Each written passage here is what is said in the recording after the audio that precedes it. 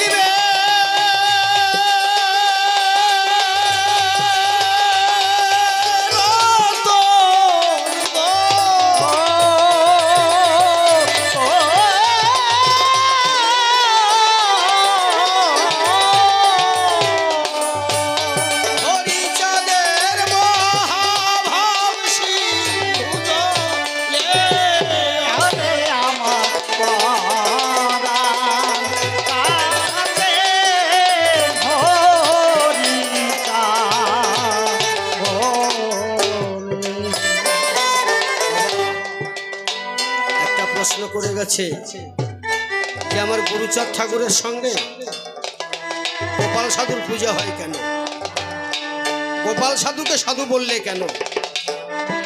মতুয়ার মধ্যে অনেক ভক্ত আছে, কিন্তু গোপাল সাধুকে সাধু বললেন। আর গুরুচন্দ্রের সঙ্গে বসে একসঙ্গে বসে আমার গোপাল সাধু আর গুরুচাঁদ ঠাকুর পূজা পায়। এর কারণ কি বাবা? যেদিন প্রমথরঞ্জনকে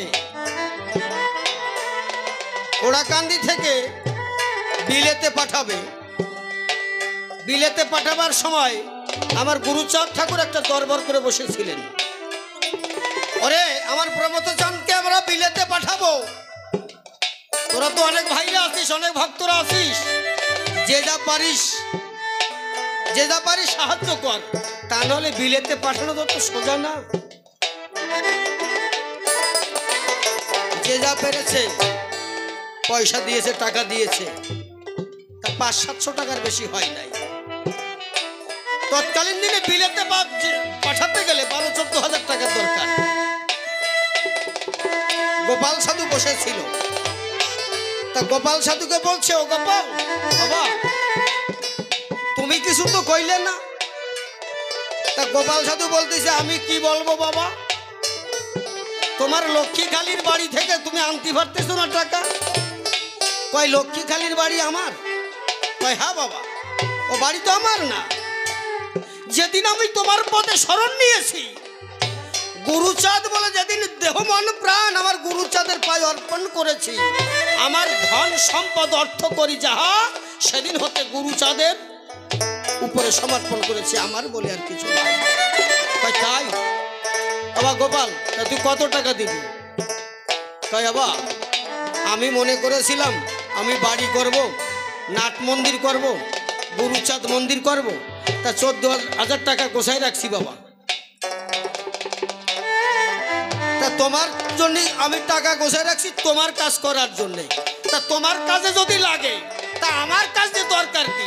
ওই 14,000 টাকা তখন গোপাল সাধু এনে আমার গুরুচাঁদকে দিয়েছে। সেই 14,000 টাকা দিয়া আমার গুরুচাঁদ ঠাকুর আমার গোপাল সাধুর টাকায় আমার গুরুচাঁদ ঠাকুর প্রমথরঞ্জন ঠাকুরকে বিলেতে পাঠালেন। তারপরে আমাদের ইন্ডিয়ার বুকে, আমি অসিত সরকার হয়ে বলছি, যতগুলো ঠাকুর বাড়ি আছে না, পলাশী, মহানন্দ হালদার থাকেন, তারপর ঠাকুরনগর, বেহালা, দমদম, যত জায়গায় যে কটা ঠাকুর বাড়ি আছে, ঠাকুরের তীর্থ পীঠস্থান আছে, সব কটা আমার গোপাল সাধুর টাকার কেনা, আমার গোপাল সাধু কিনে দিয়েছে। তা গোপাল সাধু ওই টাকা পয়সা এনে দেওয়ার পরে যখন প্রমথরঞ্জন বিলেত চলে গেল, গুরুচাঁদ ঠাকুর গোপাল সাধুকে বলছে, বাবা তা তুই বাড়িতে যা, যাইয়ে তুই ঘর শুরু কর, মন্দির শুরু কর। বাবা আমি মন্দির শুরু করবো কোন জায়গায়? তোমার টাকা তো তুমি নিয়ে এনেছো। হ্যাঁ হারাম দাদা, আমার টাকা? হ্যাঁ, সব তোমার, 1760 বিঘে জমি তাও তোমার। কয় তাই? তাহলে তুই আমারে লিখে দিতে পারিস এই 1760 বিঘে জমির মালিক আমি? হ্যাঁ পারি। তখন মোহরি ডেকে সেই সবাই আমার গোপাল সাধুর স্থাবর স্থবর যত সম্পত্তি ছিল সব আমার গুরুচাঁদের নামে দলিল করে দিয়েছিল। গুরুচাঁদ ঠাকুর তখন ডাক দিয়ে বলছে, বাবা তুই বাড়িতে যা, গিয়ে মন্দির কর, বাড়ি কর, নাট মন্দির কর। আমার গোপাল সাধু যখন বাড়িতে গেলেন, দেখলেন যেখানে 14,000 টাকা রেখেছিল সেখানে 14,000 টাকাই আছে। যে ধানের গোলা ভর্তি ধান ছিল বিক্রি করে দিয়েছিল, গিয়ে দেখলো যে সমস্ত গোলা ধানে পরিপূর্ণ আছে, এক তিল কোথাও কমে নাই। গোপাল সাধু কাঁদতে কাঁদতে গুরুচাঁদের পায়ের উপরে পড়ে ওরা কান দিয়ে এসে বলছে, বাবা তোমার মতো দয়াল নাই এই জগতে, আমার গুরুচাঁদের উপরে দয়াল।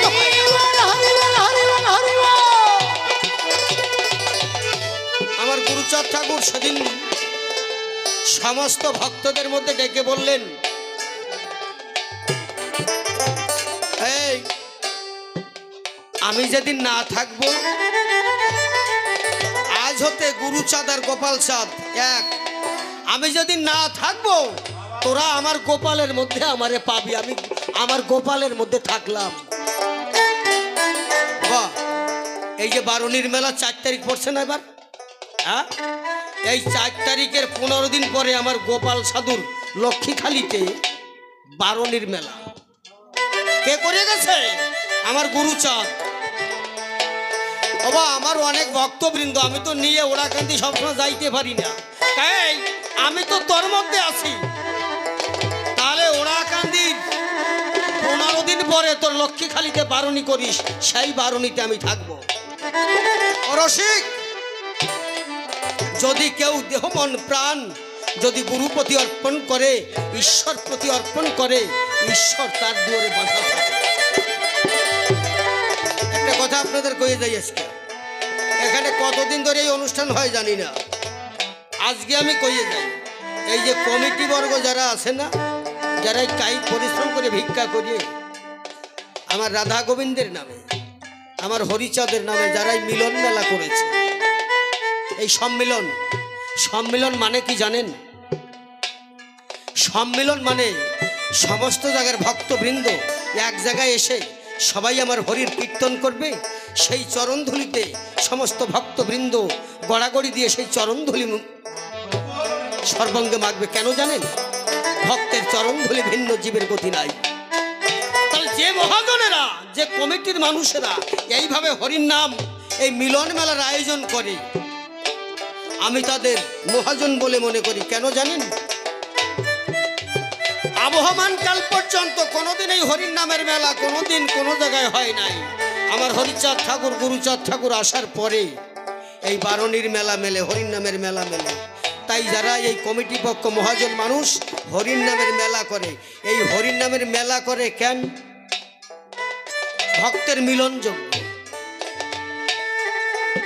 এই ভক্তের মিলন যজ্ঞে মানুষের পাপ তাপ মনের কালি সব দূরীভূত হয়।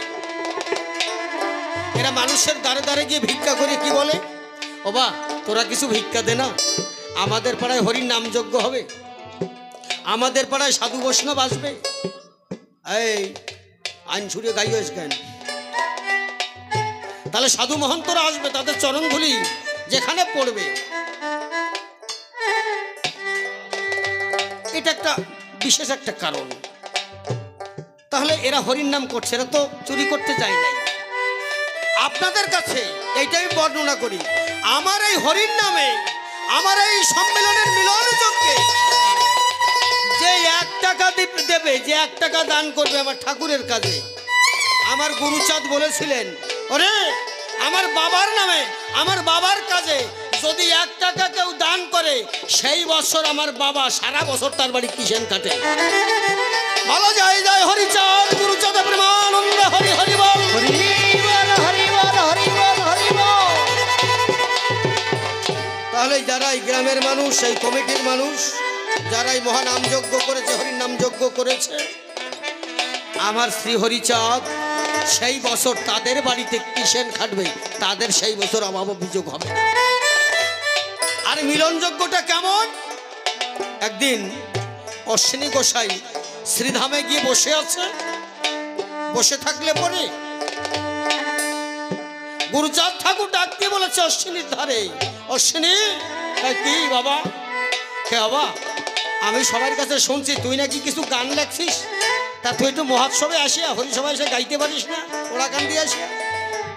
অশ্বিনী কইছে, বাবা আমি যে গান লেখছি ও গান গাওয়া যায় না। কয় কেন? কয় যে গানের মধ্যে মানিক নাই সে গান গাওয়া যায়। কয় মানিক নাই? কয় যে গানের মধ্যে তুমি নাই আর তোমার বাবা নাই সে গান আমি গাইতে পারবো। আমার গুরুচাঁদ ঠাকুর কথা দিয়েছিলেন, অশ্বিনী তোর গানের মধ্যে আজকে থেকে আমি থাকলাম। কয় না, শুধু ওই জায়গা বললে হবে না, গলে বস্ত্র দিয়ে হাত জোর করে ত্রিসত্য অঙ্গীকারে আবদ্ধ হও। এই অশ্বিনীর গান যদি কোনো ভক্ত প্রেম পুলকিত অন্তরে বিশ্বের যে প্রান্তেই এই গান করুক না কেন, তুমি এই গান শোনার জন্যে শ্রীধাম ওরাকান্দি ত্যাগ করে সেই গান শুনতে সেখানে যাবে, কথা দাও। বাবা আমার গুরুচাঁদ ঠাকুর কথা দিয়েছিলেন, অশ্বিনী রে তোর এই হরিসঙ্গীত গান বিশ্বের যে প্রান্তে যে ভক্তি যে অবস্থায় করুক না কেন, আমি গুরুচাঁদ ঠাকুর কথা দিলাম এই ওরাকান্দি ত্যাগ করে সেই গান শোনার জন্য আমি আকুল প্রাণে সেখানে ছুটে যাব। বলো জয় জয় শান্তি হরিচাঁদ, গুরুচাঁদ প্রেমানন্দ, হরি হরি বল, হরি বল, হরি বল, হরি বল। সেই ওরাকান্দি ধাম হতে আমার গুরুচাঁদ ঠাকুর আজ এই মহাযজ্ঞে মহাসম্মেলনে এসে উপস্থিত হয়। কত সাধু বৈষ্ণবে আসিয়া সেই ভক্ত সমাবেশে গড়াগড়ি দেয়, ভক্ত পদরজ মাখে গায়।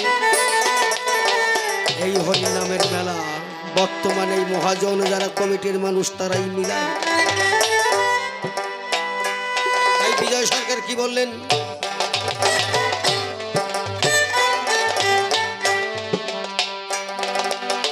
ওরাকান্দি মানুষ রতন পরমন মানুষের যত বন্ধু নাই রে তাহারি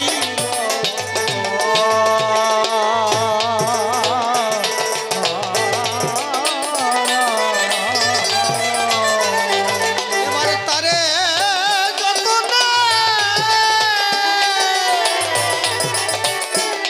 মিলবে রতন গো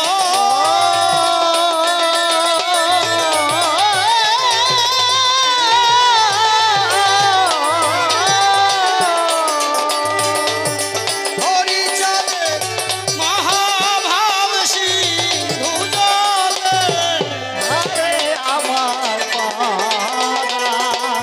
কান্দে হরি কান্দো যেজন তারে দেখেছে ভুলে থাকে আছে কার সে তো নয় নিজের বাধ্যতা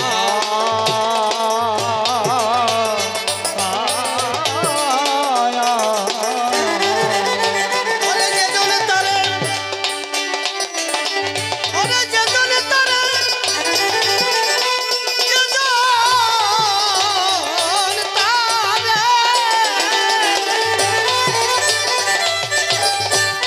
যেজন তারে দেখেছে একবার ভুলে থাকে সাধ্য আছে কার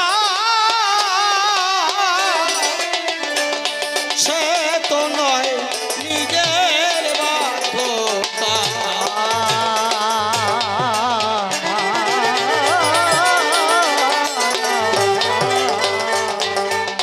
হরিচাঁদের পরে দিয়ে সৌভাগ্য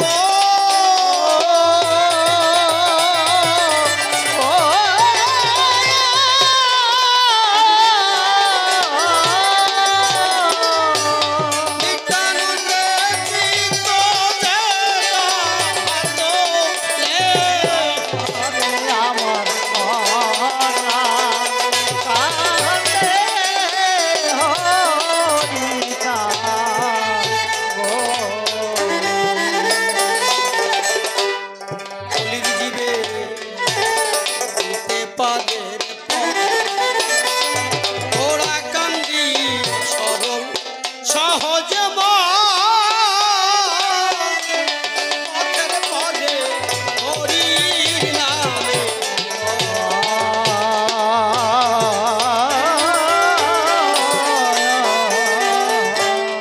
কলির জীবে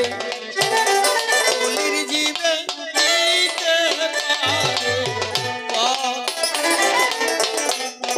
ওরা কান্দি সরল সহজ পথের পদে হরির নামে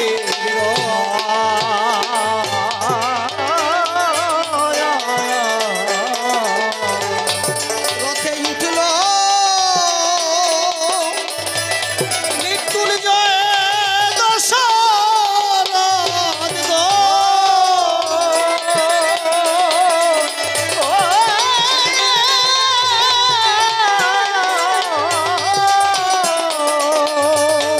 অলঙ্কারক মহানন্দ দেখালে। আমার কান্দে হরি কান্দো রসিক আবহমান কাল পর্যন্ত তপ জপ সাধনা এছাড়া মানুষের যাওয়ার আর কোনো রাস্তা ছিল না। কলিযুগে যখন শ্রীধামে হরি ঠাকুর এলেন, তাহলে কলির জীবের একমাত্র হরির নামের রথ ছাড়া আর কোনো রথ নাই। তাহলে যে নাম নিলে পরে জীব মোক্ষ পেতে পারে, সেই নামের যখন রথ পেয়েছি, সেই রথ বাদ দিয়া আমি অন্য রথে যেতে পারি না। তাই বৈষ্ণবের ওই কুটিনাটি ত্যাগ করিয়া আমি হরির নামের রথে পাড়ি দিয়েছি। আমি গোলকধাম পৌঁছাবার জন্য মোক্ষ পদ পাবো বলে। তাই তো বিজয় সরকার গান লিখলেন, কলির জীবে দিতে পারে ওরা কান্দি সহজ পথের পথে হরির নামে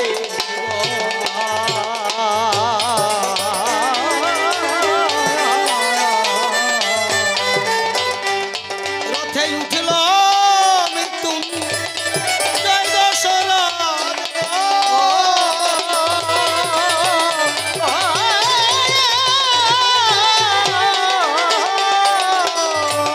বলে তার মহানন্দ একালে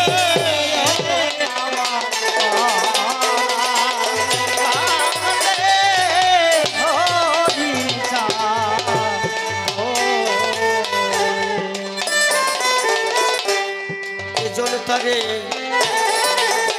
পারে ডাকিতে সে কি পারে